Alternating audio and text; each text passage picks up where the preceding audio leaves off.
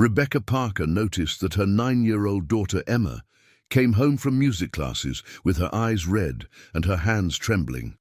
For 4 months, every Tuesday and Thursday at 4 p.m., Professor Michael Thompson insisted on private lessons in the locked music room. When Rebecca finally managed to listen to the recording, hidden in her daughter's backpack, what was there left her completely grounded. But to understand how we got here, we need to go back a few weeks. Rebecca Parker, 36, worked as a nurse at Providence Portland Medical Center in the heart of Portland, Oregon. She had been raising Emma alone since her divorce 3 years ago, when her marriage to Daniel finally ended after months of unsuccessful attempts at reconciliation. The separation had been difficult for both, but mother and daughter became even closer after that.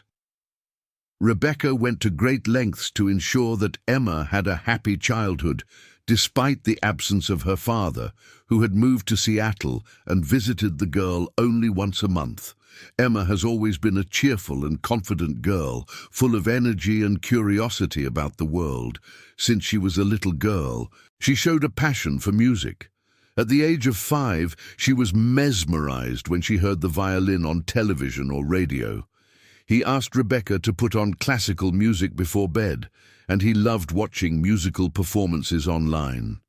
When she turned 7, Rebecca saved for months to buy a used children's violin, and Emma was overjoyed. The girl practiced every day, even without formal classes, just following videos on the internet and her own musical intuition. Professor Michael Thompson had been respected at Lincoln Middle School for more than 10 years. At 42 years old, with grey hair on his temples and thin-framed glasses, he had the appearance of a dedicated and reliable educator. Families in the Selwood neighborhood, where the school was located, admired him deeply. Thompson directed the school's music program with excellence recognized throughout the Portland School District. His students won prizes at state competitions, and many parents made a point of enrolling their children in Lincoln Middle School specifically because of him. But something was deeply wrong with the private lessons he offered. This is the story of a mother who trusted her instinct and discovered a truth that no one imagined was hidden inside Portland's most traditional school. In this video, you'll discover how one mother trusted her maternal instinct even when everyone said she was overreacting. You'll see how small signs, which most would ignore, became the key to saving your daughter. Courage and determination can change everything in a matter of hours. Every detail here is based on true events. If you've made it this far, it's because real history interests you. Help this content reach more people by leaving the like, subscribing to the channel, and activating the bell. It all started 6 months earlier, in early August 2024. Emma had just turned 9 and was excited to start her 4th year at Lincoln Middle School. Rebecca remembered that sunny day perfectly when a letter from school arrived, printed on official letterhead. The board informed that Emma had been selected for the advanced music program, an honor reserved for only 5 students per year. Professor Thompson had personally chosen the children who demonstrated exceptional talent and dedication to musical learning. Rebecca was too proud to contain her excitement. He hugged Emma tightly, twirling the girl around the room as they both laughed. It was recognition of her daughter's natural talent, something Rebecca had always known existed, but which was now receiving official validation. Emma jumped for joy, her brown eyes shining with anticipation. I would finally have real classes, with a real teacher, in a real school. In the first week of school, which took place in the second week of August, Emma returned home radiant. Their small 2-bedroom apartment in the Selwood neighborhood was only 15 minutes from the school, and Emma loved the walk back, where she excitedly told them about her day. In that first week of the special program, she kept talking about Professor Thompson. She said that he was patient, funny, that he explained things in a way that she could easily understand. Rebecca listened intently as she prepared dinner, happy to see her daughter so excited. The teacher had taught Emma how to hold the bow correctly, to position her fingers on the strings, to control her breathing while playing. Emma repeated everything at home, practicing with renewed dedication. Rebecca filmed her daughter's attempts with her cell phone, sent the videos to Emma's grandmother in Seattle, who responded with messages full of heart emojis and words of encouragement. But the sparkle in the girl's eyes began to slowly fade. Week after week, Rebecca couldn't understand why. It was so subtle at first that she thought she was imagining things. Emma kept going to class, kept practicing at home, but there was something different. A quiet sadness that wasn't there before. A hesitation that Rebecca did not recognize in her normally expressive and open daughter. By the end of the second month of school, in mid-September, the change had become impossible to ignore. Emma began to come home from school with swollen and red eyes, as if she had cried. The delicate skin around her eyes turned slightly pink, and sometimes Rebecca noticed dried tear marks on her daughter's cheeks. When she asked what was happening, Emma would look away and murmur vague answers. She said that everything was fine, that it was just fatigue from the exercises, that she had been concentrating for a long time, and her eyes were burning. Rebecca wanted to believe these explanations. I wanted to think that it was really just tiredness, just the effort of learning something new and challenging, but something inside her, a deep ancient instinct, whispered that there was more. Mothers develop a special connection with their children, an ability to notice when something is wrong, even without hard evidence. It is as if a mother's heart is always tuned to her child's heart, picking up signals that no one else can see. Rebecca noticed that her daughter began to avoid the subject of music lessons. Before, Emma talked about it all the time during dinner, on the way to school, before going to sleep. Now, when Rebecca asked how the class had gone, Emma would give answers of 1 or 2 words. It was good. It was cool. Nothing special. And then he would quickly change the subject, asking about dinner or asking to watch television. It was completely different from the initial enthusiasm. Rebecca remembered Emma's contagious joy in the first few weeks and compared it to the heavy silence of now. The difference was stark, impossible to ignore. But when Rebecca tried to talk, Emma closed herself even closer, like a flower that shrinks when touched. One Tuesday in late September, Rebecca was able to get out of the hospital early. Normally, Emma took the school bus that dropped her off at the stop near the apartment at 5:30 p.m. But that day, Rebecca decided to pick up her daughter from school in person. I wanted to make a pleasant surprise, maybe take her out for ice cream on the way home, enjoy the last warm days of Portland's fall. She arrived at Lincoln Middle School at 4:10 p.m., 10 minutes after the time she knew Emma's private lesson was starting. He parked the car in the small parking lot reserved for visitors and walked towards the main building. The school was a traditional and well-kept 1960s red brick building with large windows and wide corridors. Rebecca knew this place well. I had been there several times for parent-teacher conferences, school presentations, community events. I knew that the music room was on the second floor, at the end of the East Hall. He climbed the stairs slowly, his footsteps echoing in the empty hallway. Most of the students had already left, and the building had that peculiar silence of schools after regular school hours. Only the distant sound of a teacher's conversation in the teacher's room and the soft hum of the air conditioning filled the space. When Rebecca got close to the music room, she saw through the window with frosted glass on the door. Professor Thompson was inside with Emma. Rebecca couldn't see any details, only shadows and blurred shapes through the opaque glass. But then, as he watched, he saw the teacher walk to the door. He clearly heard the sound of the key turning in the lock. He had locked the door from the inside. Rebecca's heart gave a strange squeeze, a shiver that ran down her spine. Why was he locking the door? Why did a music lesson need to take place in a locked room? She stood there for a moment, trying to hear something, but she could only catch the muffled sound of the violin. Emma was playing, the notes coming out hesitantly and shaky, different from the usual sound Rebecca knew from practices at home. She wanted to knock on the door. She wanted to come in and see what was going on. But at the same time, a part of her said that she was exaggerating, that perhaps there was a perfectly logical explanation.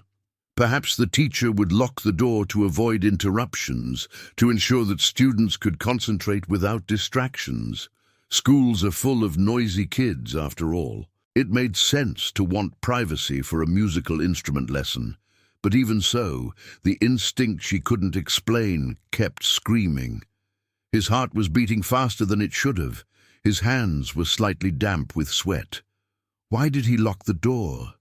What was so special about those classes that they had to be kept secret? The word secret echoed in her mind, and Rebecca realized that she didn't know where that word had come from.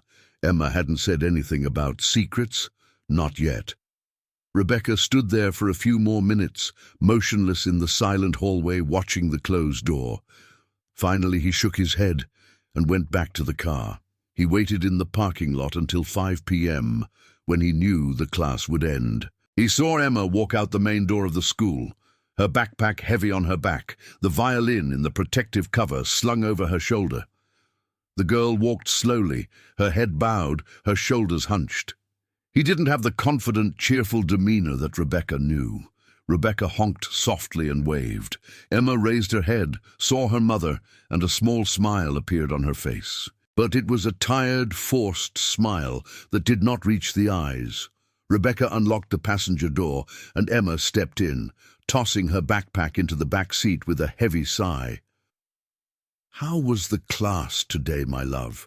Rebecca asked, keeping her voice light and carefree. Emma shrugged, looking out the window. "It was normal. You're learning new songs." "Yes, some. Professor Thompson is nice to you." "Yes, he's cool." The answers were short, disinterested. Rebecca drove quietly for a few blocks, watching her daughter out of the corner of her eye.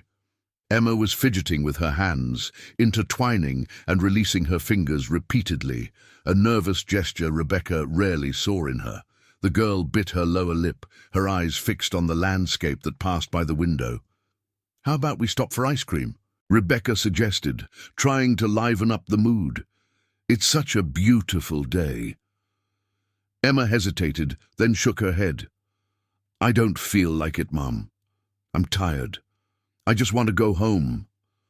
Rebecca felt her heart tighten again. Emma never, ever refused ice cream. It was the girl's favorite dessert, something that made her excited even on the worst days. The refusal was yet another sign that something was deeply wrong. In the following weeks, throughout October, the situation worsened. Emma began to make excuses for not going to class. On Tuesday morning, he said he had a headache. Rebecca touched her daughter's forehead, checking for fever, but her skin was fresh and normal. Emma insisted that her head hurt a lot, that she could hardly open her eyes. Rebecca, worried, offered medicine and said that Emma could stay at home. But then Emma would get out of bed, say she was better, and go to school anyway. The following Thursday, Emma said she had forgotten her violin at her grandmother's house, which was on the other side of town. But when Rebecca went to check, the violin was in Emma's bedroom closet, right where it was supposed to be. When Rebecca showed the instrument, Emma turned pale and muttered a confused excuse, saying that she had made a mistake, that she had her head full of homework. Another Tuesday, Emma said she had a lot of math homework and needed to stay home to finish it all. Rebecca knew that her daughter excelled at math, that she always finished her assignments at school or on the bus on the way home, but he didn't question it. He just watched Emma pretending to exercise, her pencil standing on the paper, her eyes glazed and distant. Rebecca tried to talk calmly. On a quiet Thursday evening after dinner, he sat next to Emma on the sofa. The television was off, the apartment silent. Rebecca put her arm around her daughter's shoulders and asked in a soft voice if anything was bothering Emma in music lessons. Emma denied everything. He shook his head vigorously, his brown hair dangling around his face. "No, Mom, it's okay. I'm just tired. It's a lot to learn." "But you were so excited at first," Rebecca insisted gently. "You loved the classes. Which has changed?" "Nothing changed," Emma replied, but her hands trembled slightly as she spoke. The girl intertwined her fingers tightly, her knuckles turning white. "It's just that it's harder than I thought. There is a lot of pressure." "Pressure?" Rebecca repeated. "What kind of pressure?" But Emma was already getting up from the couch, picking up her backpack. "I need to finish a science paper," she said quickly, looking away. "I can go to my room." Rebecca let her daughter go, but the worry grew like a weight on her chest. Emma was hiding something. Of that Rebecca was absolutely sure. But what? What could be happening in those classes that made the girl so scared and closed? Rebecca noticed that Emma began to have nightmares. The first time it happened was on a Friday night, almost at the end of October. Rebecca was asleep when she heard a muffled scream coming from Emma's room. She jumped out of bed, her heart racing, and ran down the narrow corridor to her daughter's room.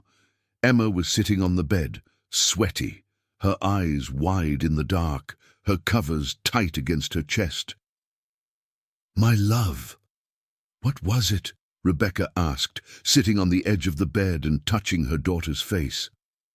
Emma was shaking, her breathing fast and irregular.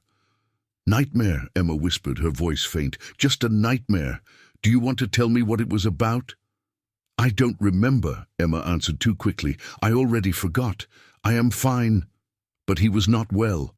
The girl's eyes were filled with unshed tears, and she hugged Rebecca with desperate strength, as if clinging to a lifeline in the middle of a stormy ocean. Rebecca held her daughter, stroking her hair, mumbling reassuring words.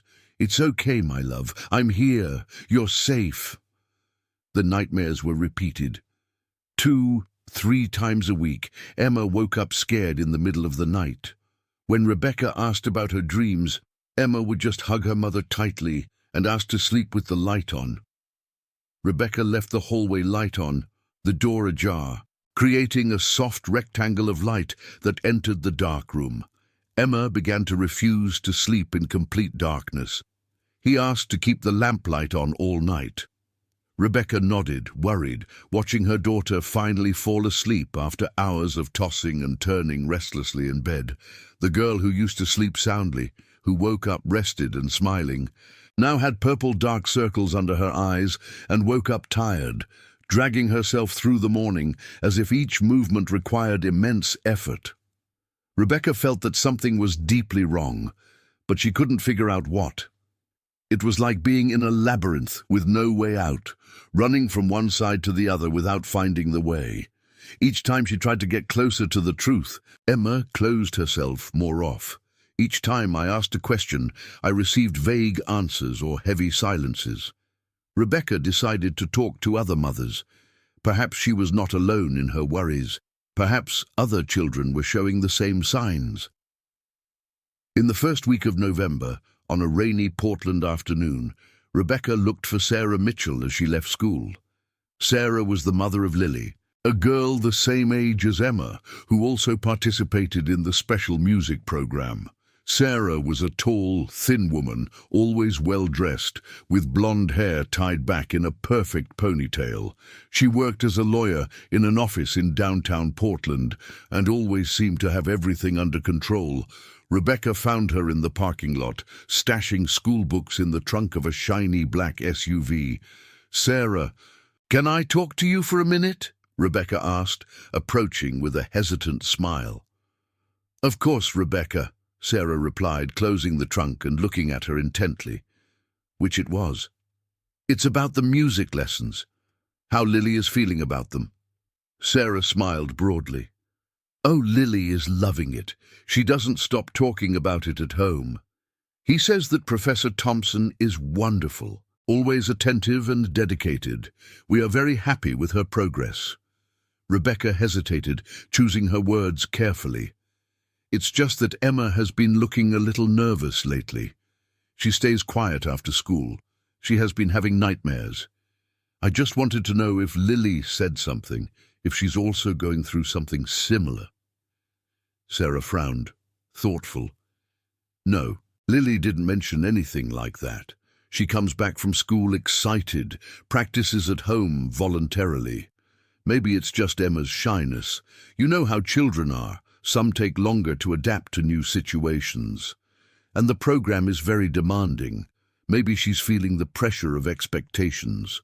Rebecca forced a smile, but Sarah's response didn't reassure her. "Yes, maybe that's it." Sarah touched Rebecca's arm in a friendly gesture. "I'm sure it's nothing. Professor Thompson has an impeccable reputation. 10 years without a single complaint. My friend Susan, who is a pedagogical coordinator, says that he is one of the best educators she has ever met. You don't have to worry." "Thank you, Sarah," Rebecca said, feeling small and doubtful. It was good to hear that. But it wasn't good.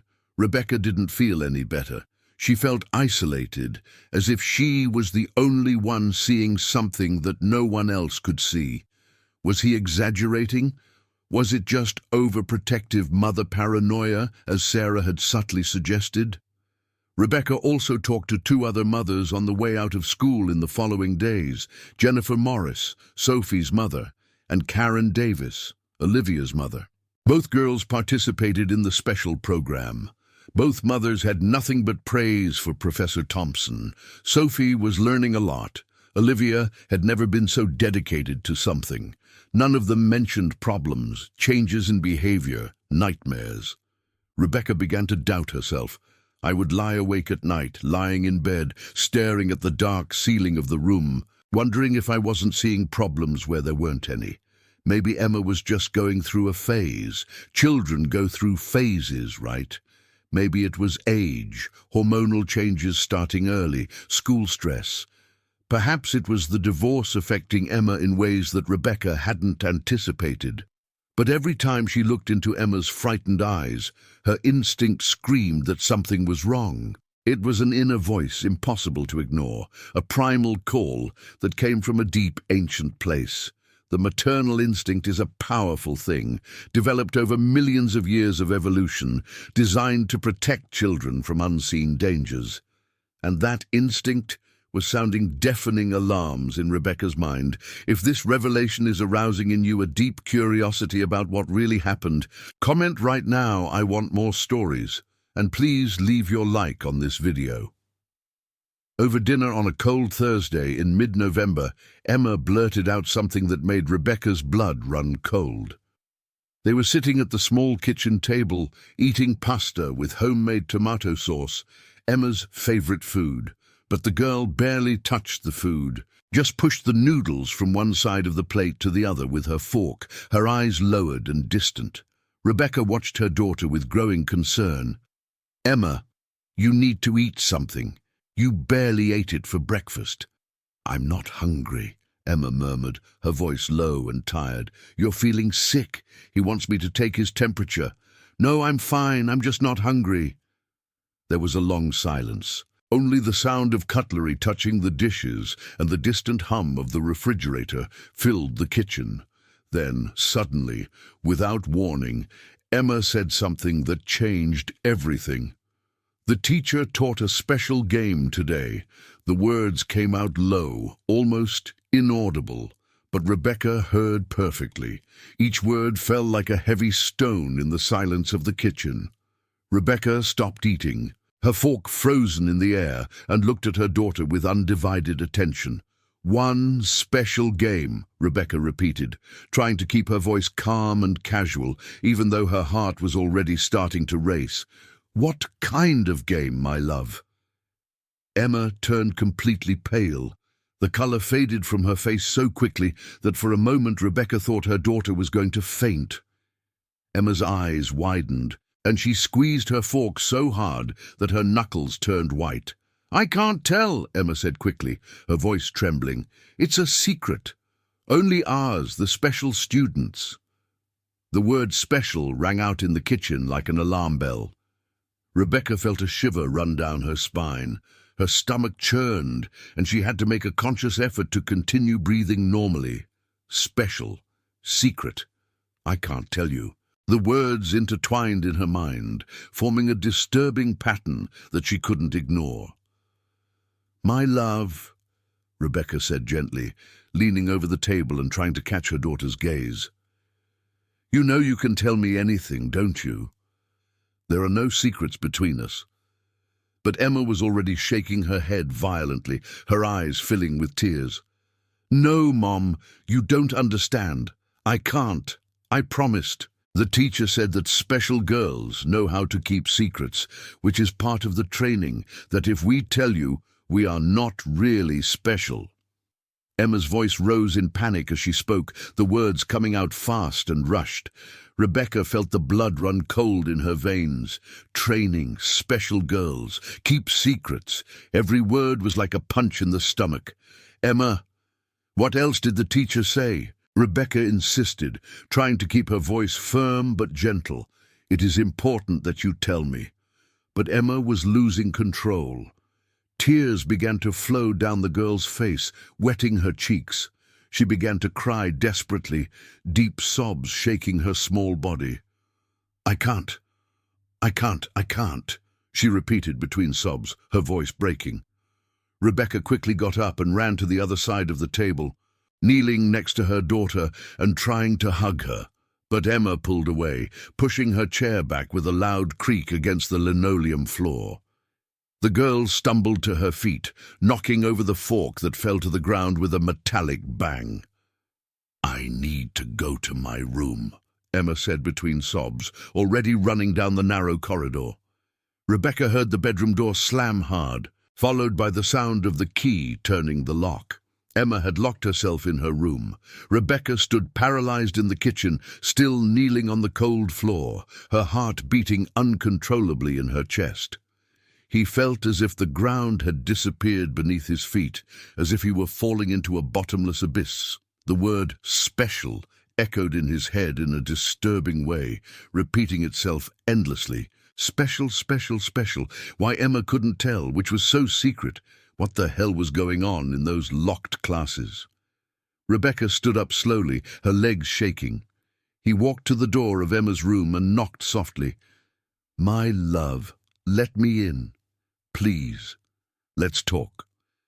But there was no response, just the muffled sound of Emma crying on the other side of the door, sobs that broke Rebecca's heart into 1,000 small pieces. Rebecca pressed her forehead against the wooden door, closing her eyes, feeling her own tears begin to flow. Something was very, very wrong. And Rebecca knew, with absolute and terrifying certainty, that she needed to find out what it was before it was too late. The next morning, Friday, Rebecca didn't go to work. He called the hospital saying he was sick, something he rarely did. He needed to act. She could no longer sit there just watching her daughter suffer without doing anything. After taking Emma to school, he drove straight to Lincoln Middle School. He needed to talk to someone in a position of authority. He needed someone to take his concerns seriously. Director James Henderson received her in his office at 9 in the morning. It was a formal room, with dark wood-clad walls, bookshelves filled with educational books, and school trophies gleaming behind glass. Henderson was a man in his mid-50s, grey hair slicked back, wearing a navy blue suit and striped tie. He had the appearance of someone competent and reliable, someone who would be in control of any situation. He pointed to a leather chair in front of his desk, and Rebecca sat down, her hands clasped in her lap. The director smiled professionally and asked how he could help her. Rebecca explained her concerns. He talked about the changes in Emma's behavior, the red eyes after school, the night nightmares, the refusal to talk about what happened in private classes. He mentioned the conversation of the night before, the special secret that Emma could not tell, the girl's panic when questioned. Director Henderson listened attentively, But as Rebecca spoke, her face began to show skepticism. Her brows furrowed slightly, her lips tightened into a thin line. When Rebecca finished, there was a moment of heavy silence. "Mrs. Parker," the director began, the voice measured and careful, "I understand your concerns as a mother. I really get it. But I need you to know that Professor Thompson is one of the most respected educators in this school. He has been working here for 10 years, and we have never in a single time received any complaint about him, neither from students, nor from parents, nor from other employees." Rebecca felt her stomach tighten. "I understand that, but—" Henderson raised his hand gently, interrupting it. "Let me finish. The private lessons of the advanced program are supervised by our pedagogical coordination. We have strict protocols in place. The door to the music room is locked during classes, just to prevent interruptions and ensure that students can concentrate without distractions. You know how noisy schools are, especially with younger kids running through the halls." Rebecca shook her head. "Yes, but Emma is having nightmares. She cries after school. Yesterday she panicked when I tried to ask about a special game that the teacher taught." Henderson sighed, leaning into Frass in the swivel chair. "Mrs. Parker, I can be frank with you. Please.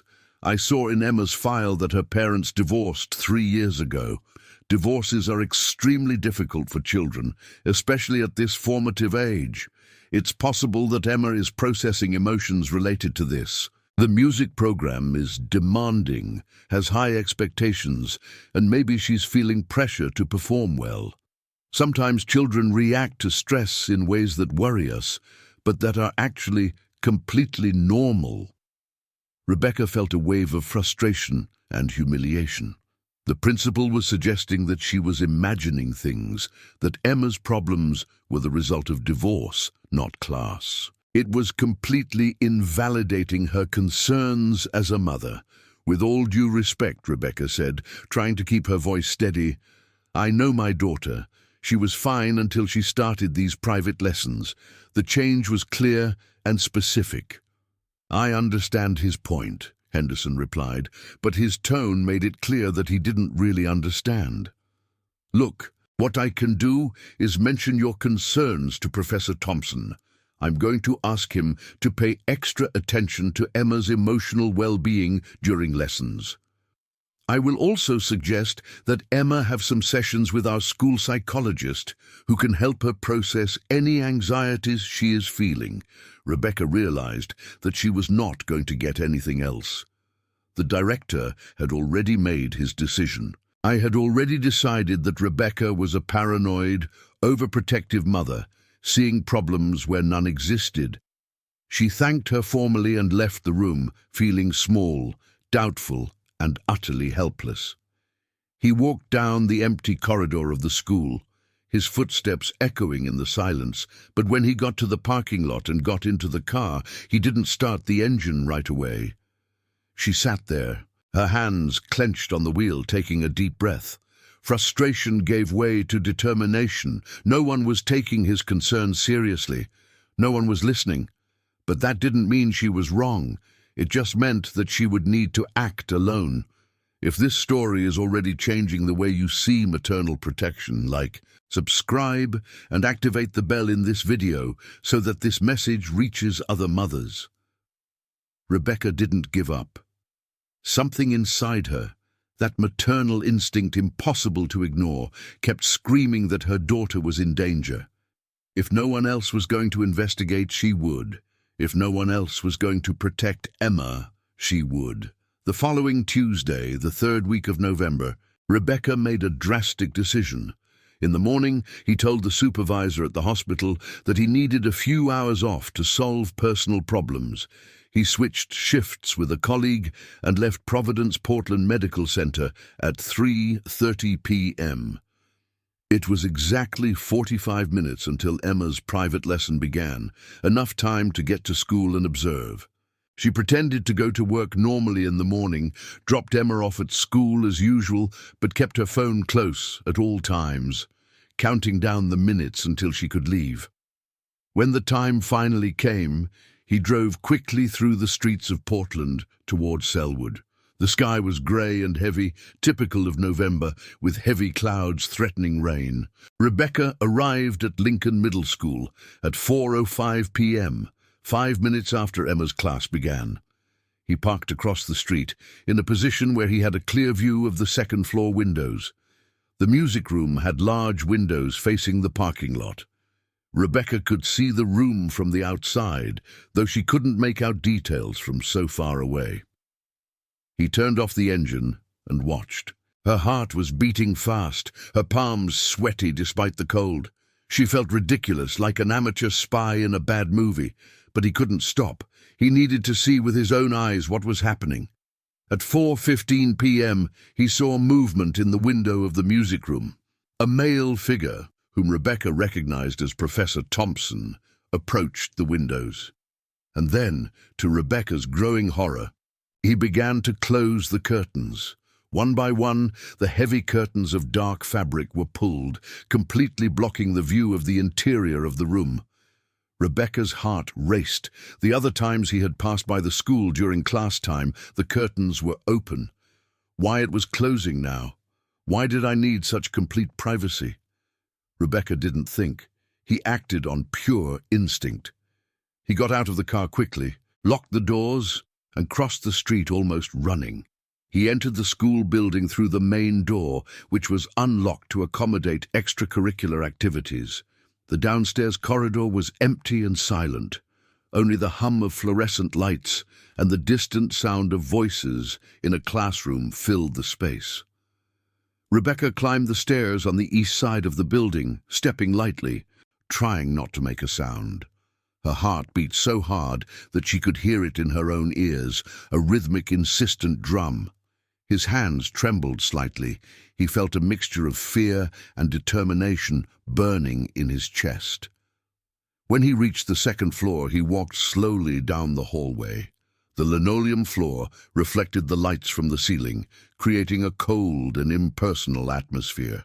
Rebecca walked past empty classrooms, bulletin boards filled with student work, metal cabinets lined up against the walls. The music room was at the end of the hallway, isolated from the other rooms. Rebecca approached slowly, each step measured and careful. When he came within 10 feet of the door, he stopped and stood still, taking a deep breath and trying to calm his racing heart. He could hear sounds coming from inside the room. Professor Thompson's voice, low and controlled, saying something Rebecca couldn't make out. The sound was muffled by the closed door and the thick walls. Then she heard the violin, hesitant, trembling notes that Rebecca recognized as Emma's touch.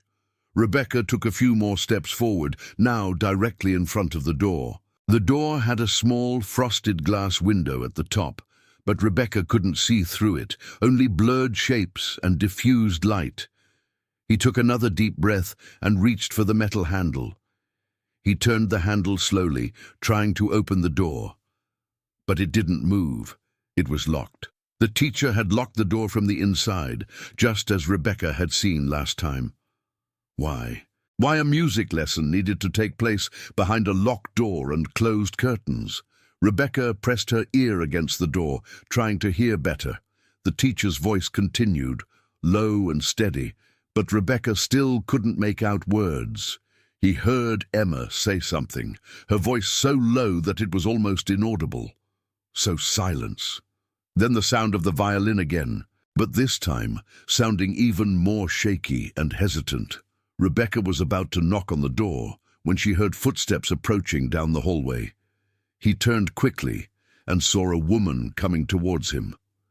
She was one of the school's teachers, a middle-aged woman with short hair and thick-rimmed glasses. Rebecca didn't know her name, but she recognized her from school events. The teacher looked at Rebecca strangely, clearly surprised to see someone there. "Can I help you?" she asked, her voice polite but suspicious. Rebecca thought fast. "Oh yes, I was looking for Director Henderson's office. I had a meeting scheduled with him earlier, but I forgot a document in my car. I'm coming back now, but I think I got lost. This building is bigger than I remembered." The teacher smiled, relaxing a little. The director's office is on the ground floor, in the administrative wing. You need to go down the stairs and turn right." "Oh, of course, thank you," Rebecca said, forcing a smile and starting to walk away from the door of the music room. The teacher continued walking down the hallway, entering a room a few meters away. Rebecca went downstairs, her heart still racing, but now for different reasons. Frustration and anger burned in his chest. It had been so close to finding out what was going on, but it was interrupted at the critical moment. He left the building and returned to the car, but did not go home. He waited in the parking lot, watching the entrance to the school. At 5 p.m., when he knew that the class would end, he saw Emma leave through the main door.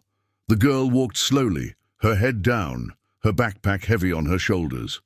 Rebecca honked and waved. Emma came to the car and entered quietly. They didn't say much on the way home. Emma was even more closed than before, answering questions with monosyllables, looking out the window with a distant expression.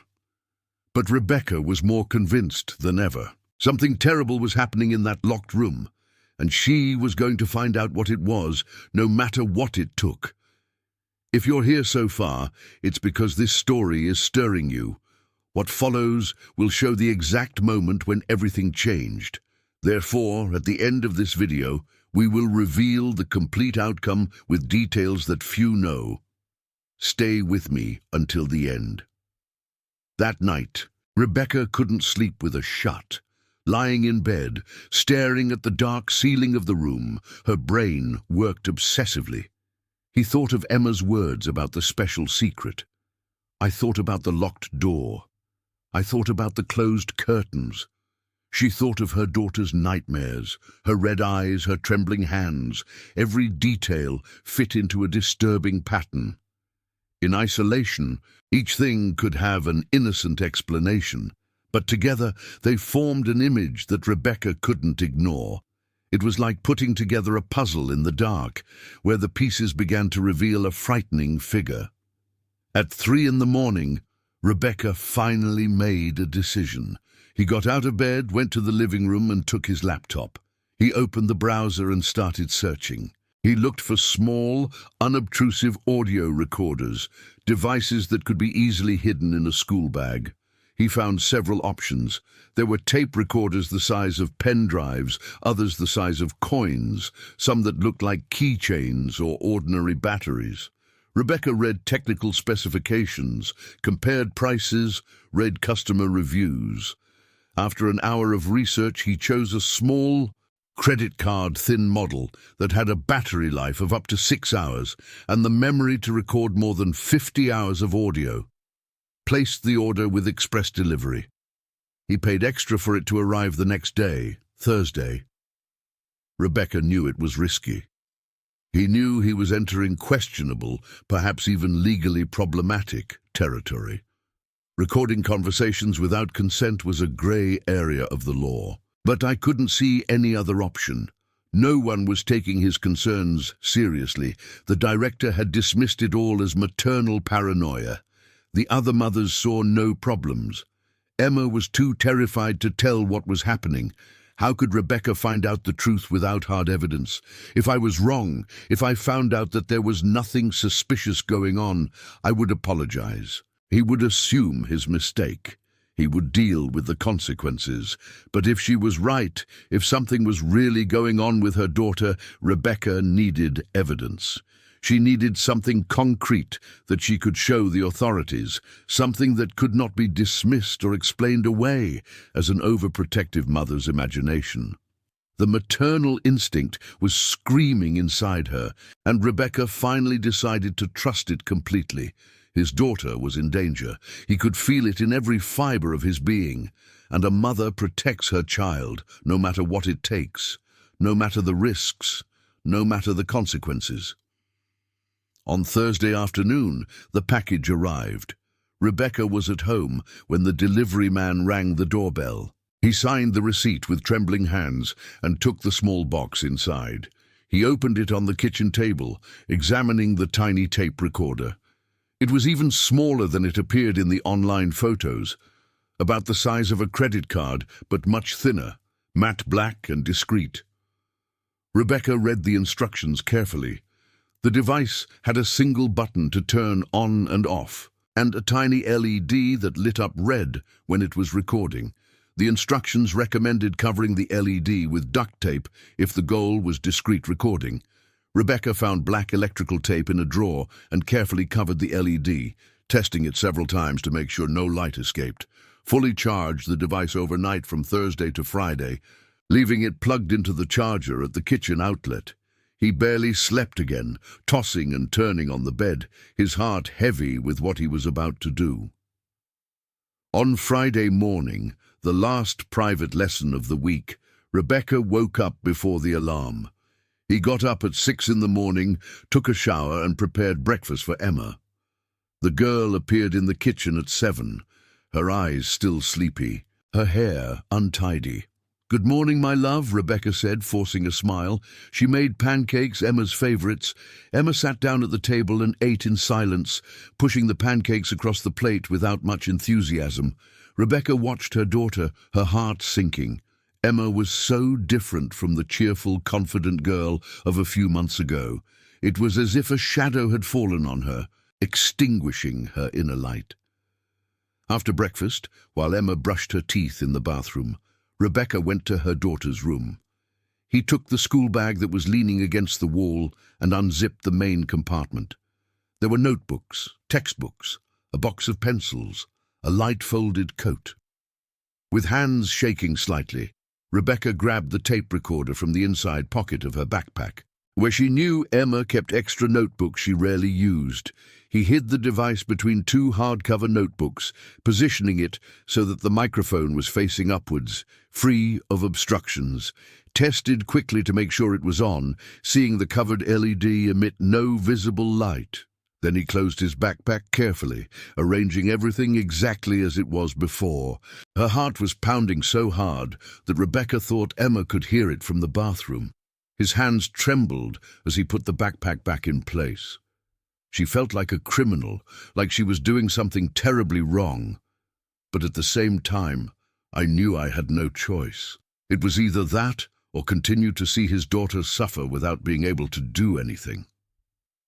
When Emma left the bathroom, Rebecca was already in the kitchen, arranging the breakfast dishes with mechanical movements. The girl appeared with her backpack on her shoulders, ready to go to school. Rebecca forced a smile and said that she had put an extra snack in her backpack, a cereal bar that Emma liked. Emma nodded absent-mindedly, not suspecting anything. Rebecca drove her daughter to school, driving through the familiar streets of Selwood as the morning sun tried to penetrate the grey clouds, typical of November. He stopped in front of the main entrance of Lincoln Middle School and turned to Emma.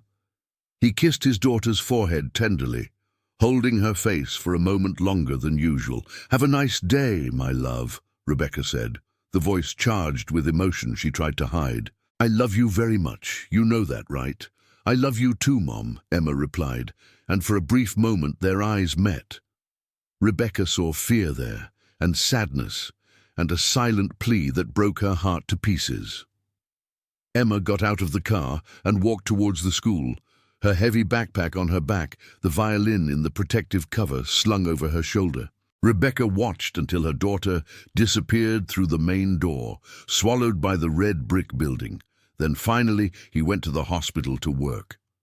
All afternoon at Providence Portland Medical Center, Rebecca couldn't concentrate. "I was working the afternoon shift from 10 a.m. to 6 p.m., seeing patients in the emergency department. Typically, Rebecca was a competent and focused nurse, able to handle multiple situations simultaneously while maintaining calm and efficiency. But that day, she was completely disconnected. I looked at the clock every 5 minutes. 10:15, 10:20, 10:25. The hours dragged on with a torturous slowness. Rebecca tried to focus on the patients, the tasks, the procedures she knew by heart. But his mind was miles away, in a locked music room on the second floor of a school in Selwood. What would be happening at that exact moment? Emma's class started at 4 in the afternoon. Rebecca imagined Professor Thompson locking the door, closing the curtains. He imagined Emma alone with him, frightened, trembling. I imagined his voice, low and controlling, talking about special exercises and secrets. "Rebecca, are you okay?" a colleague asked around 3 in the afternoon.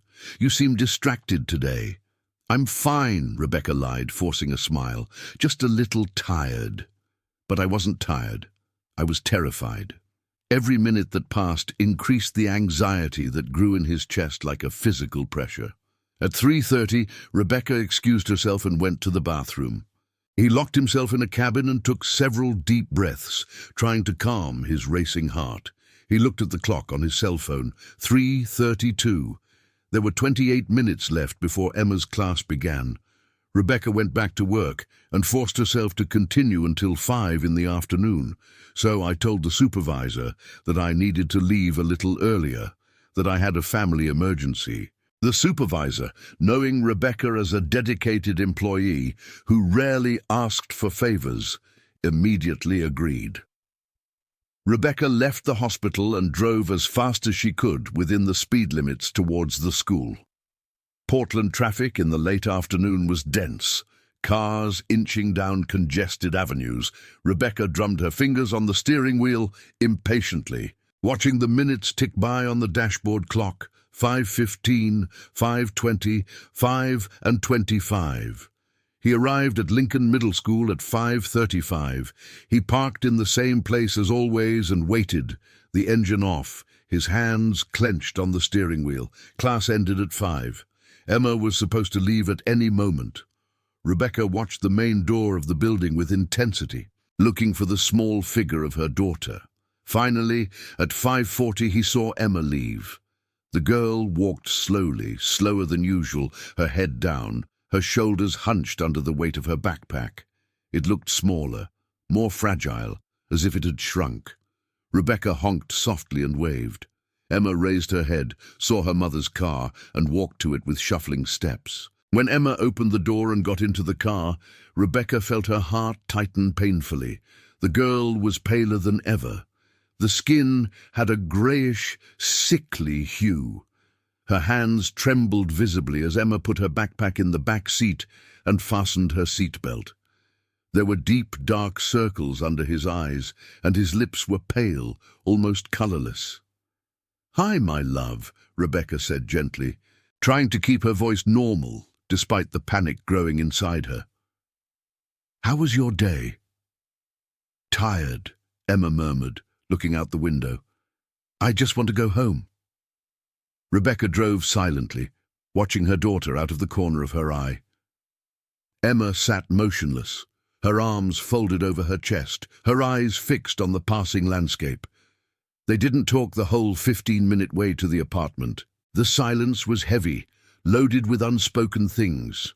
When they got home, Emma went straight to her room. Rebecca heard the door close with a soft click. She stood in the living room for a moment, Emma's backpack still in her hand, her heart pounding.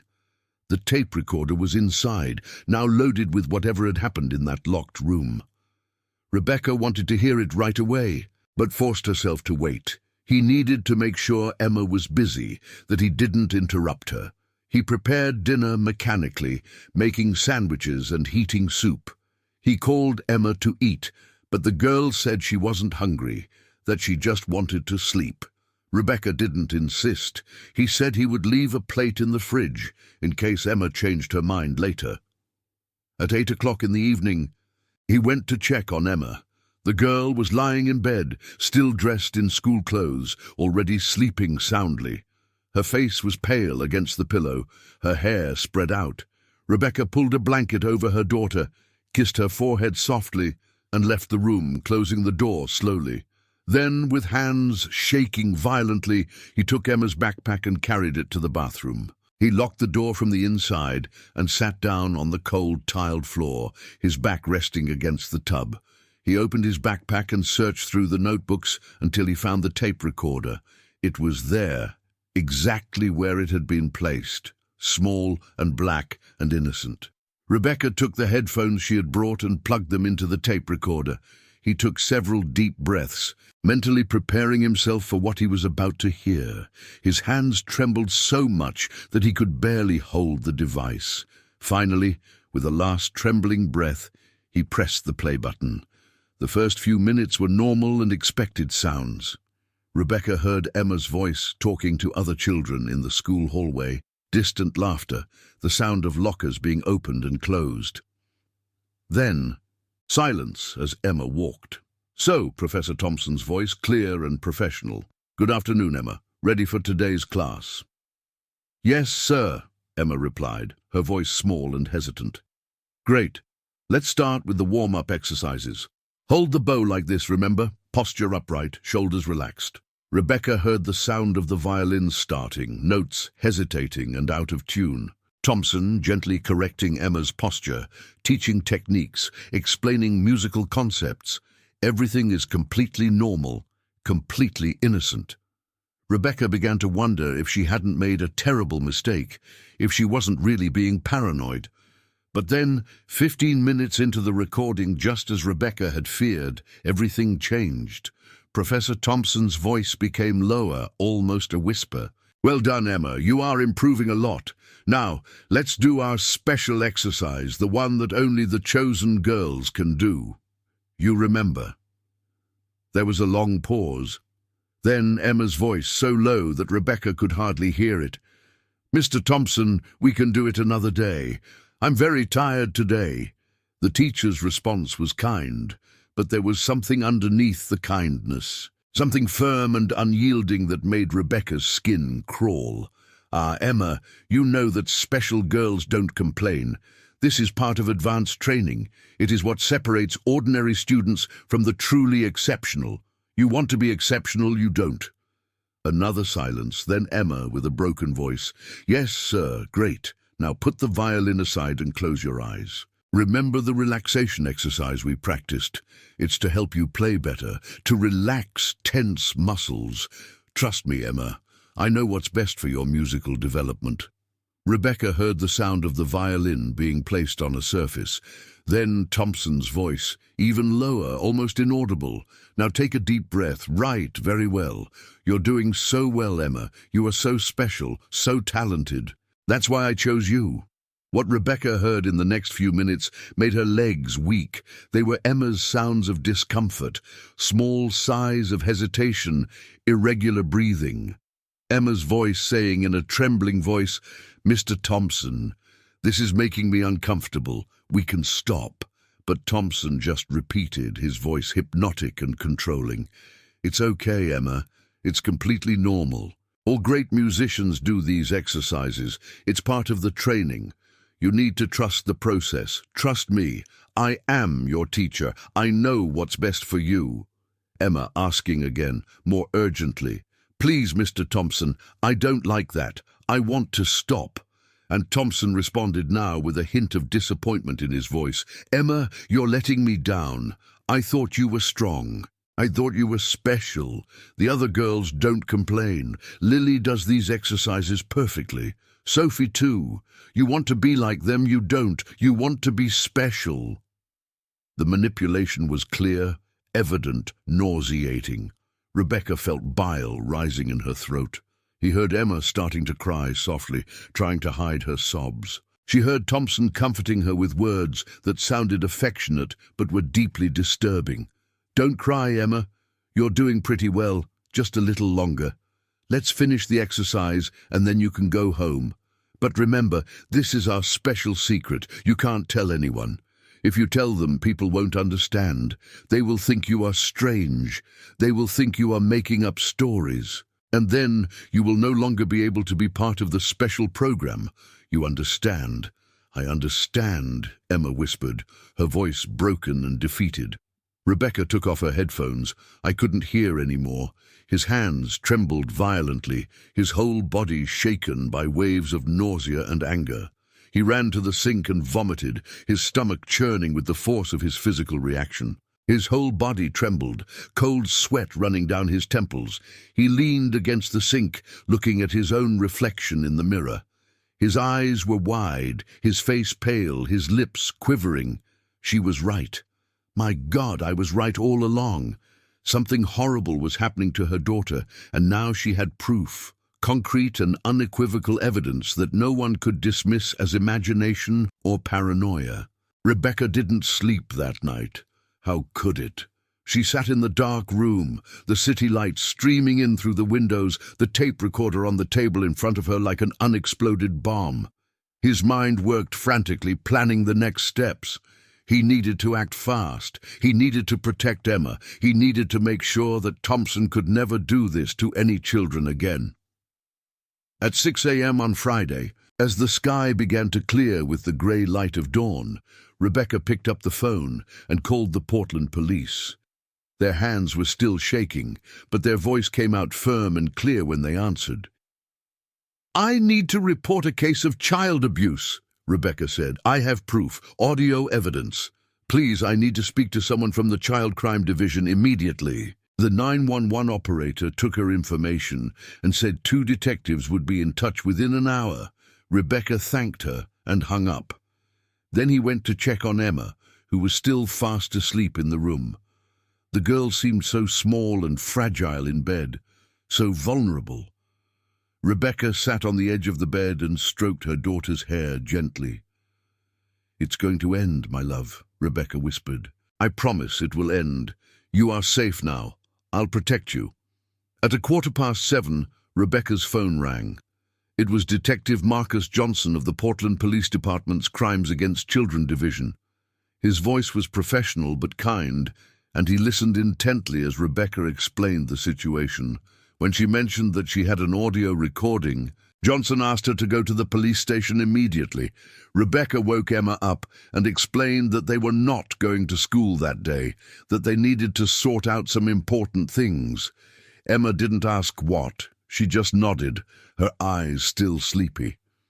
Rebecca helped her get dressed and prepared a quick breakfast.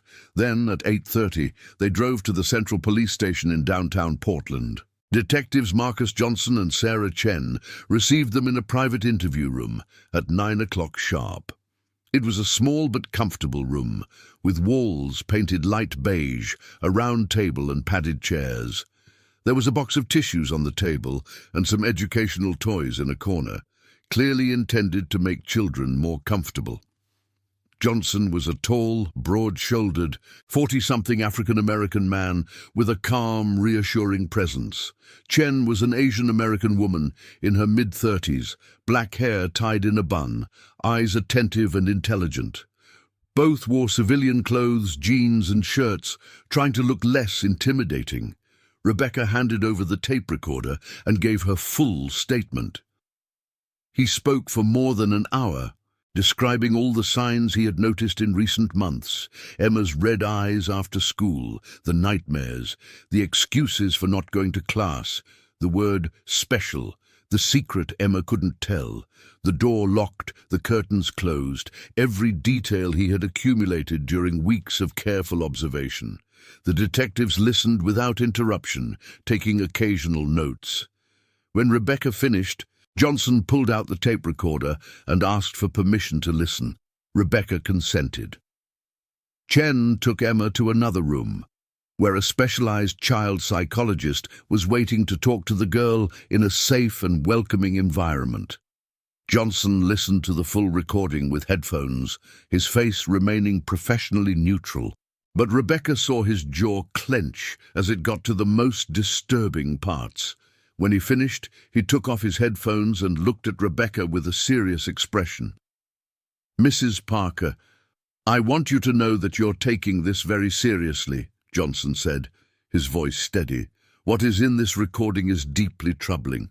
We will launch an immediate investigation. We will need you to sign some documents authorizing the investigation and allowing Emma to be formally interviewed by the specialized psychologist.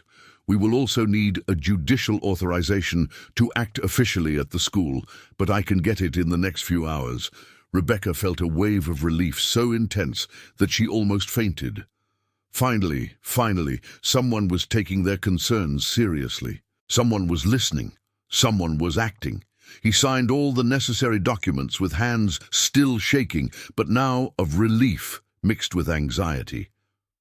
While waiting at the police station, Johnson left the room to make calls and coordinate the investigation. Chen returned and explained that the psychologist, Dr. Susan Morris, was talking to Emma.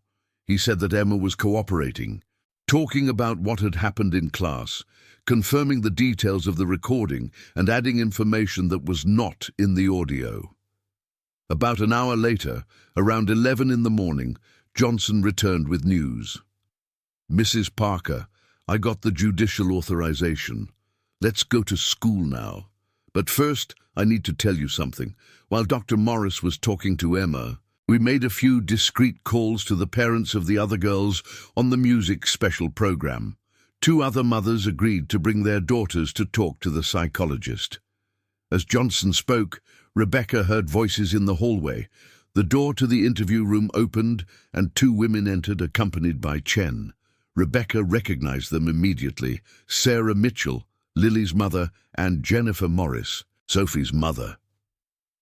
The 2 women were pale, their faces marked with shock and disbelief. Sarah saw Rebecca and her eyes filled with tears. "Rebecca," she said, her voice breaking. "My God, Rebecca! You were right. You were right all along, and I didn't believe you. I told you you were exaggerating," I said. Sarah began to cry, deep sobs shaking her body. Jennifer was shivering, hugging each other as if she were cold despite the mild temperature of the room. When detectives explained about the recording and the initial findings of the interview with Emma, the faces of the 2 mothers turned white with shock.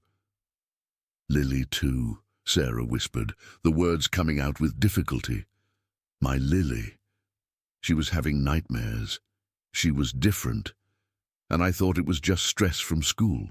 I thought it was normal. How could I not realize? How could I be so blind?" Rebecca stood up and hugged Sarah, the 2 mothers crying together.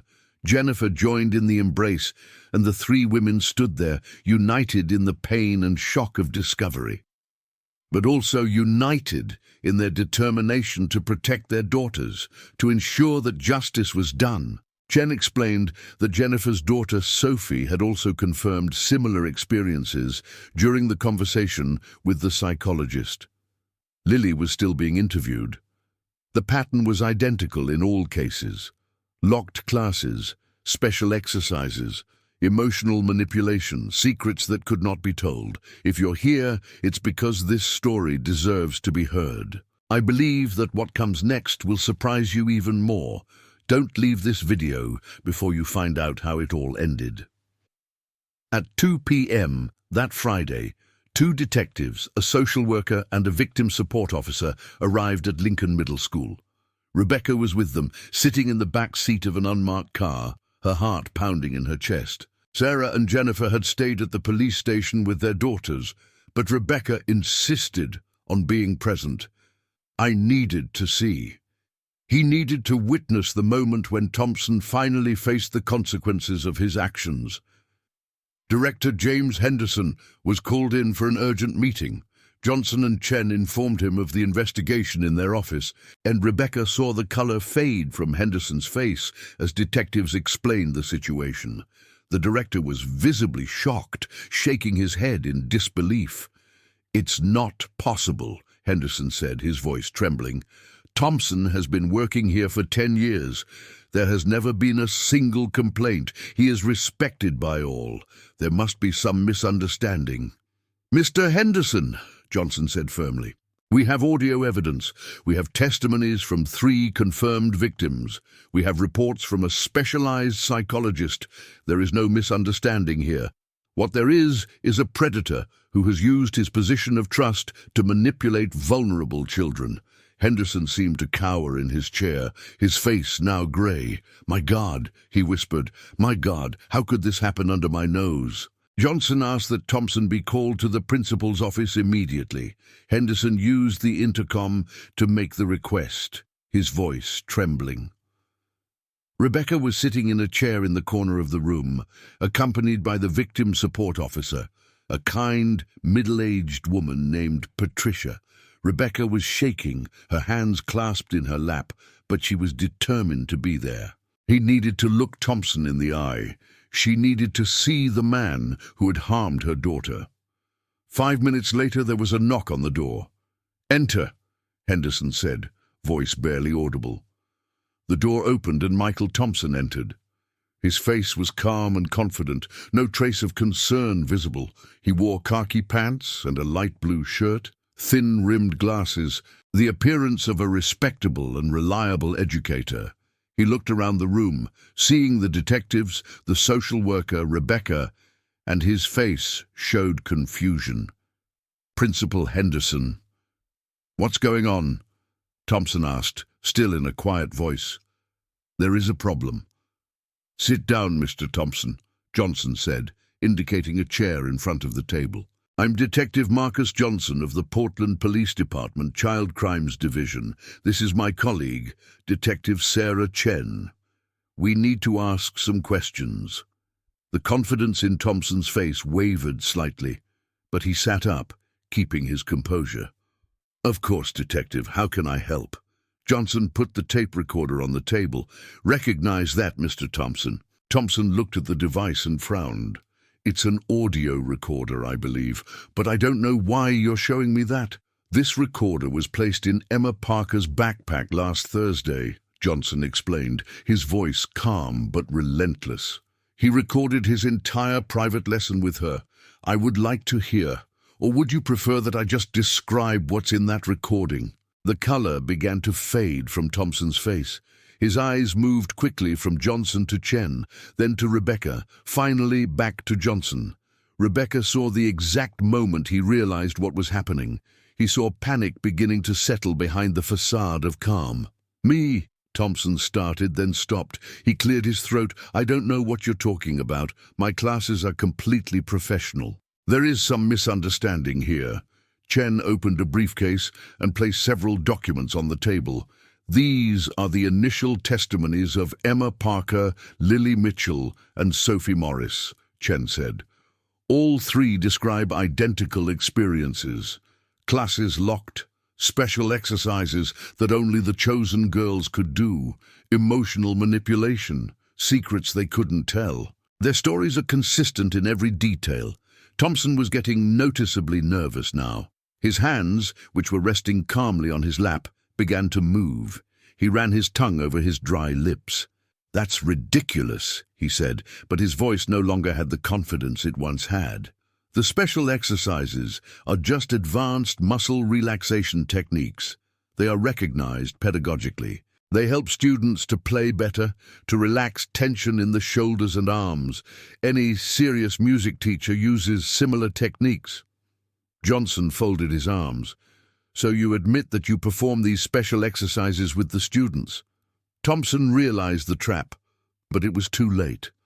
I mean, he stuttered. "They were just breathing exercises, relaxation techniques, nothing inappropriate. I am a respected educator." "Why do classes take place with the door locked?" Chen asked. "Why the curtains are closed?" "To avoid distractions," Thompson responded quickly. "Students need a quiet environment to concentrate. It is standard pedagogical practice." "Why do you tell female students they can't tell anyone about the special exercises?" Johnson pressed. "Why do you call them special and say other people won't understand?" Thompson was sweating now. Beads of perspiration glistened on his forehead. "This is being taken completely out of context," he said, his voice rising slightly in panic. "You don't understand the dynamic between teacher and student. I was trying to build trust. I was trying to create a safe environment where the students could develop musically." Then Johnson dropped the final bombshell. "Mr. Thompson, in addition to Emma, Lily, and Sophie, we identified 3 more girls from the current program who reported similar experiences, and we have just received calls from parents of students from previous years. We are in the process of interviewing 6 additional victims who have participated in the special music program over the past 3 years. They all describe the same pattern of behavior. You really expect us to believe that 9 different girls are all making up identical stories?" Thompson's expression changed completely. Trust has disappeared, replaced by pure panic. He looked around the room like a cornered animal, looking for a way out that didn't exist. His hands trembled visibly now. "You don't understand," he said, his voice breaking. "I would never hurt these children. I was helping them. I was teaching them to trust themselves, to overcome shyness. The exercises were therapeutic." "Therapeutics," Rebecca repeated, speaking for the first time. His voice came out low, but loaded with contained anger. "My daughter had nightmares. He cried after his classes. I begged not to have to go. She was too terrified to tell me what was happening. This is therapeutic for you." Thompson looked at Rebecca, and for the first time she saw something that might be shame in her eyes, but he quickly looked away. "Mrs. Parker, me," he started, but Johnson interrupted him. "Michael Thompson, you have the right to remain silent," Johnson began, taking handcuffs off his belt. "Anything you say can and will be used against you in court. You have the right to an attorney. If you cannot afford a lawyer, one will be provided for you. You understand these rights as I have explained them?" Thompson turned completely pale. "No, wait, you can't. I didn't do anything illegal. I am a respected teacher. You are destroying my career based on misunderstandings of children who—" "Get up, please," Chen said firmly, standing next to him. Thompson sat for a moment longer, looking around the room in despair. Then, slowly, he stood up. Johnson turned him gently but firmly and placed the handcuffs on his wrists. The metallic sound of the handcuffs closing echoed in the silent room. Director Henderson sat behind his desk, his face in his hands, his shoulders hunched. He seemed to have aged 10 years in the last 15 minutes. Rebecca watched Thompson being led out of the room, his head down, his hands cuffed behind his back.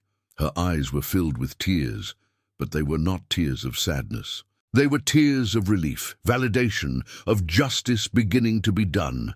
Patricia, the victim support officer, touched Rebecca's shoulder gently. "You were very brave," she said. "You saved your daughter. It saved all these children." Rebecca just nodded, unable to speak. He watched out the window as Thompson was placed in the back seat of a police car. She saw him disappear down the street and felt as if an immense weight had been lifted from her shoulders. The police investigation revealed that Professor Michael Thompson had been manipulating female students for at least 3 years. Word spread quickly through the Selwood community, and in the weeks since, more families have begun to speak out. In addition to Emma and the other 4 girls from that year's special music program, 6 more victims from previous years were identified, totaling 10 girls in total. They all described the same, eerily consistent pattern. Private lessons locked in the second-floor music room, closed curtains for complete privacy, special exercises that only the chosen girls could do, emotional manipulation saying that they were special, talented, exceptional, secrets they could not tell, at the risk of losing the privilege of participating in the program. Veiled threats that no one would believe them if they were told, that people would think they were making up stories. The families were devastated. The Selwood community, which had trusted Thompson for a decade, went into collective shock. How a predator had operated so openly, hidden only behind a locked door, for so many years, as no one had noticed. How the signs had been ignored or misinterpreted for so long. Many mothers blamed themselves for not having noticed it sooner. Sarah Mitchell was consumed with guilt, repeatedly saying that she had ignored the signs, that she had dismissed Rebecca's worries as paranoia. Jennifer Morris also blamed herself, recalling small moments when Sophie had tried to communicate discomfort but was discouraged from complaining. Dr. Susan Morris, the expert child psychologist, brought all the families together for an information session a week after Thompson's arrest. He explained that predators like Thompson are extremely skilled at hiding their actions and manipulating trust. They choose professions that give them access to vulnerable children. They build impeccable reputations over the years. They identify potential victims carefully, choosing children who are less likely to tell, who are more easily manipulated. They use sophisticated psychological tactics to keep victims silent, creating shame, fear, and confusion. "You have not failed your daughters, Doctor," Morris told the mothers gathered in the therapy room. Thompson spent years perfecting his manipulation techniques. He built a facade of respectability specifically so that no one would suspect it. He used the trust that everyone placed in him as a weapon. "This is not your fault. The fault is exclusively his." But the psychologist's words offered little comfort to guilt-ridden mothers.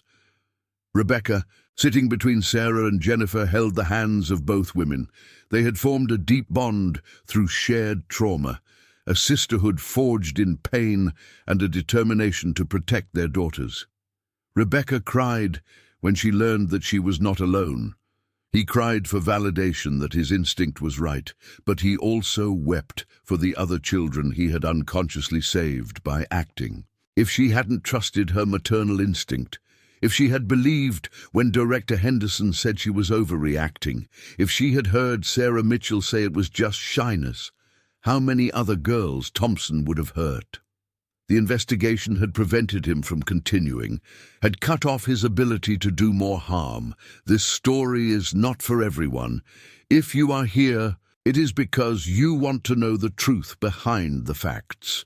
You are ready for the final reveal. Michael Thompson has been formally charged by the Multnomah County District Attorney's Office with 10 separate cases of psychological abuse and emotional manipulation of minors. The charges included inappropriate contact, psychological manipulation of children in positions of authority, and abuse of trust in an educational function.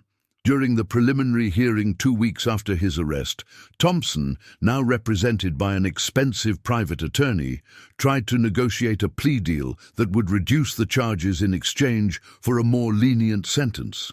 But the district attorney, James Nakamura, flatly refused. The seriousness and the number of victims made any agreement unacceptable. The case would go to trial, and Nakamura was determined to ensure that Thompson faced full punishment under the law. The following months were extremely difficult for all the families involved. The girls went through intensive care, working through trauma with Dr. Morris and her team of expert child psychologists.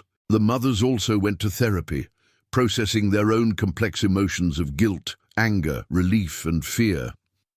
The Selwood community was divided, some members still refusing to believe Thompson could have done anything wrong, others demanding complete reforms to Portland's school child protection system.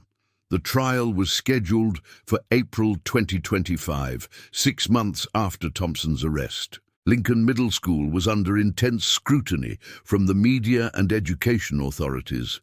Director Henderson had stepped down from office, unable to cope with the weight of responsibility. An interim principal had been appointed, and new safety protocols were being implemented at all schools in the district. When Judgment Day finally arrived on a sunny April morning, all 10 families were present in the courtroom.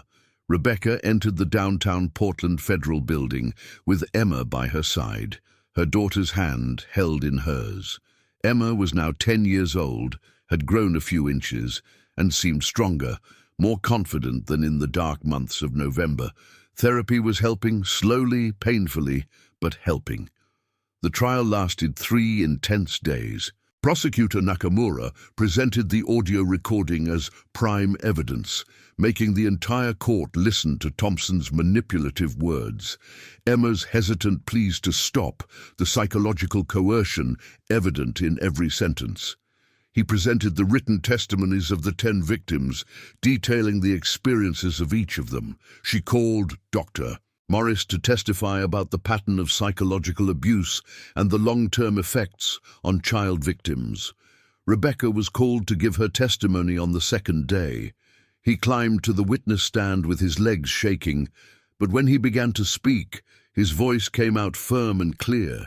She described in detail the months of observation, the signs she had noticed, the unsuccessful attempts to get someone to take her seriously. She talked about the decision to put the tape recorder in Emma's backpack, about listening to the recording and realizing that her worst suspicions were correct. When Nakamura asked what motivated her to continue investigating even when no one believed her, Rebecca looked directly at the jury and said, her voice full of emotion, "I'm a mother. My instinct told me that my daughter was in danger, and a mother is not unaware of this, never.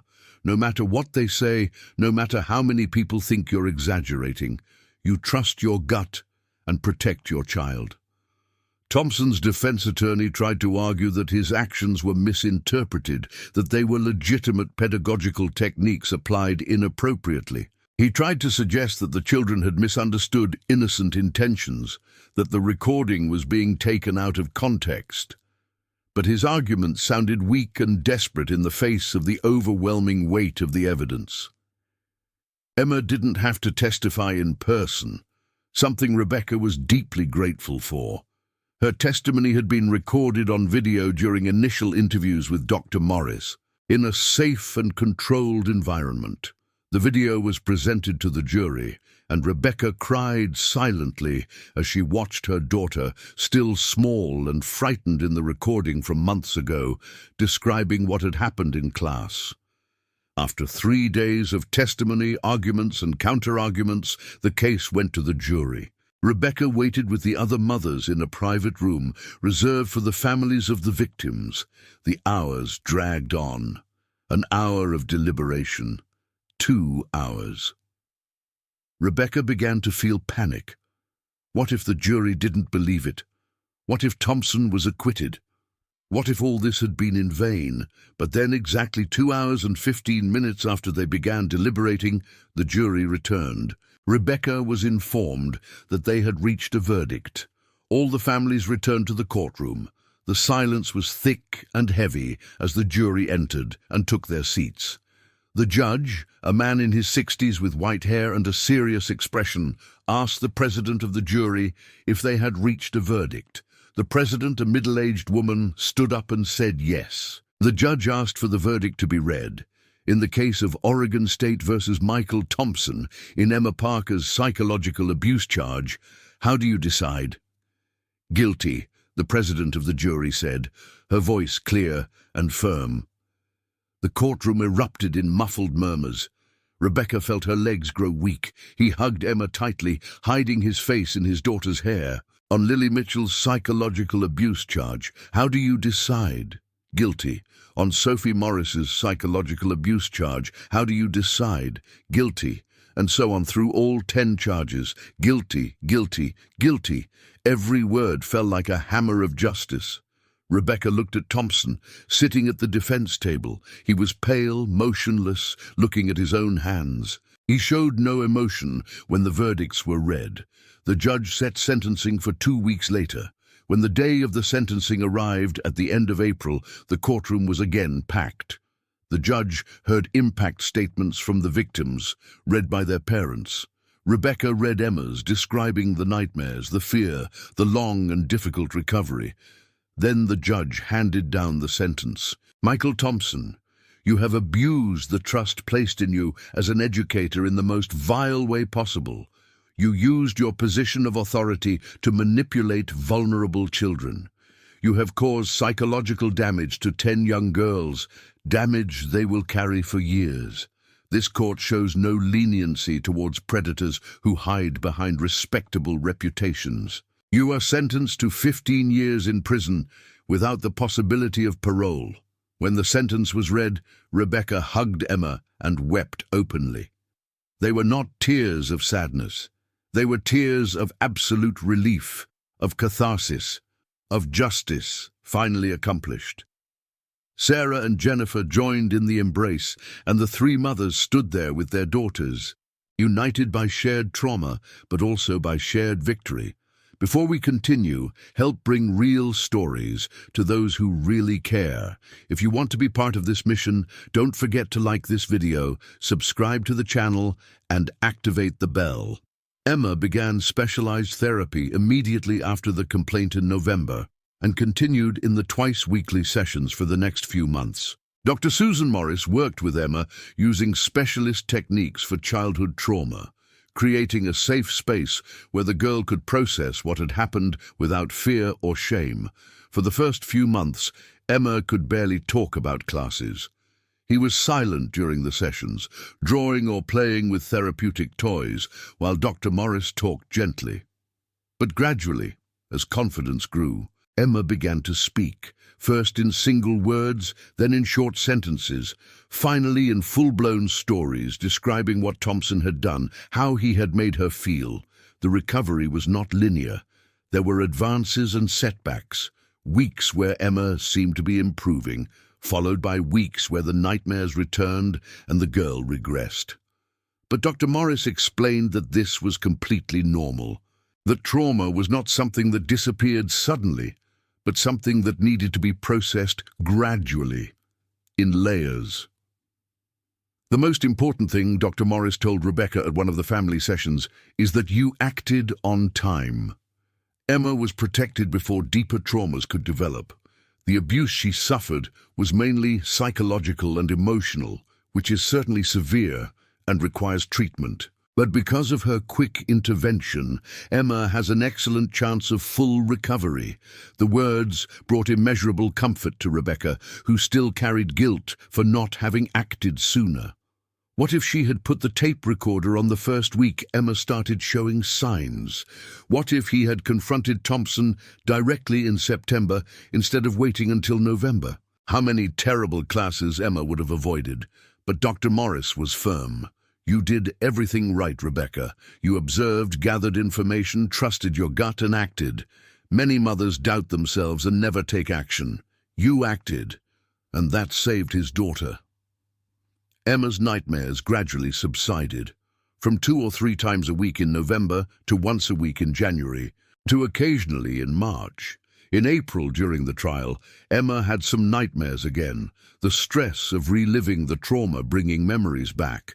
But after the verdict, after learning that Thompson was in prison and could never hurt her again, the nightmares finally began to disappear for good. The glint in Emma's eyes slowly returned, like the sun rising after a long storm. First there were brief moments, a genuine smile here, a laugh there. Then they became more frequent. By May, 6 months after starting therapy, Emma was laughing regularly again, joking with friends, interested in activities she had given up.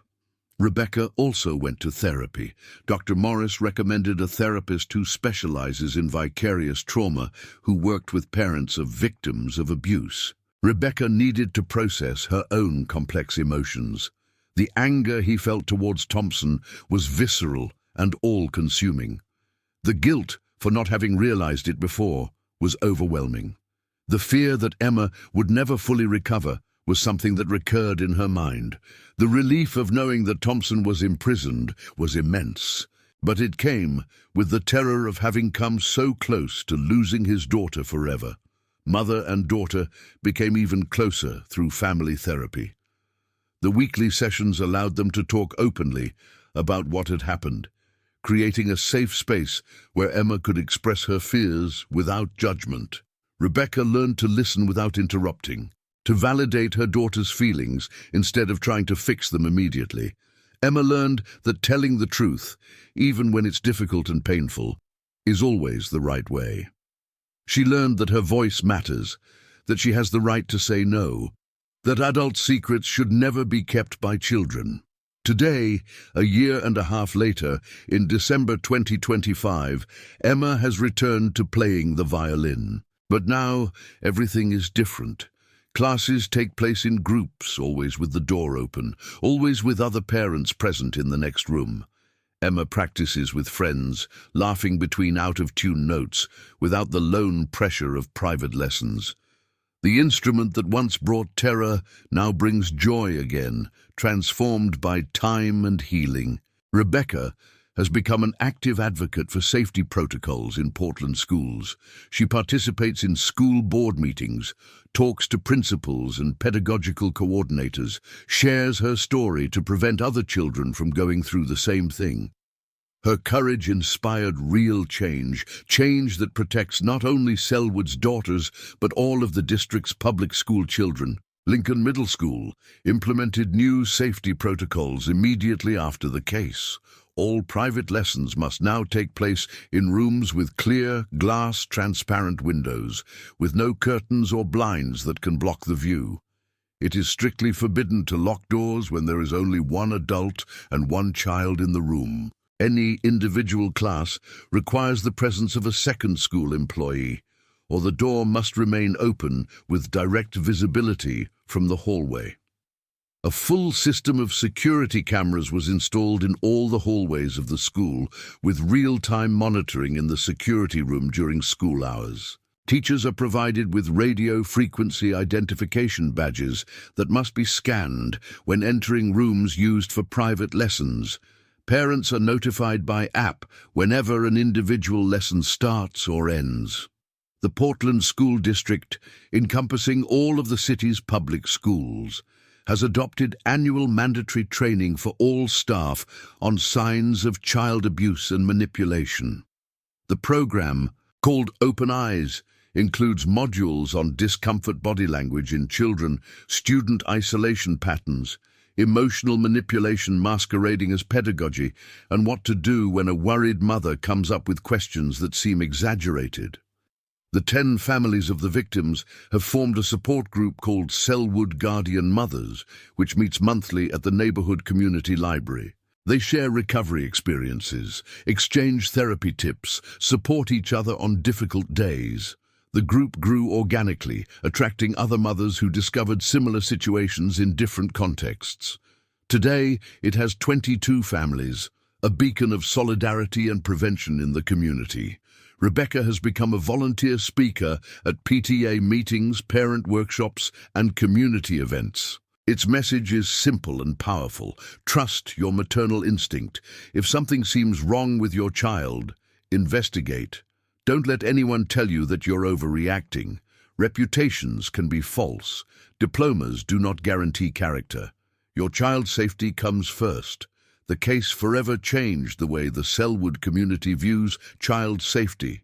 Before, there was a naive trust in authority figures. Now there is active and responsible surveillance.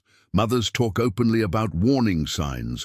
Teachers are watched with attentive but fair eyes. The school is a place of learning, but also of collective protection. Rebecca and Emma's story has become a powerful example of courage and maternal protection throughout Portland. Local newspapers published stories about the case, highlighting Rebecca's determination. A short documentary by KPTV, a Fox affiliate in Portland, interviewed Rebecca and Emma with the permission of the girl, who spoke in a firm voice about the importance of telling the truth. Rebecca learned that trusting the maternal instinct is not paranoia, it is instinctive protection. He discovered that predators hide behind impeccable reputations, diplomas on the wall, reliable smiles, and years of uncomplained service. But she also learned that a determined mother who dares to question authority, who insists even when everyone says she is wrong, can change everything. It can save lives.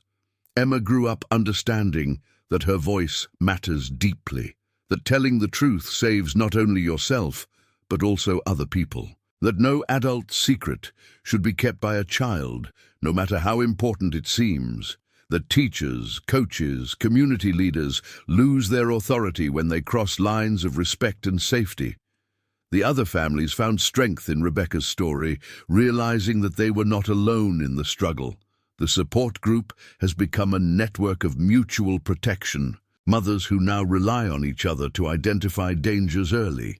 The legacy of the case goes beyond the 10 protected girls. He taught an entire community that the safety of children is above any reputation, any position, any misplaced trust.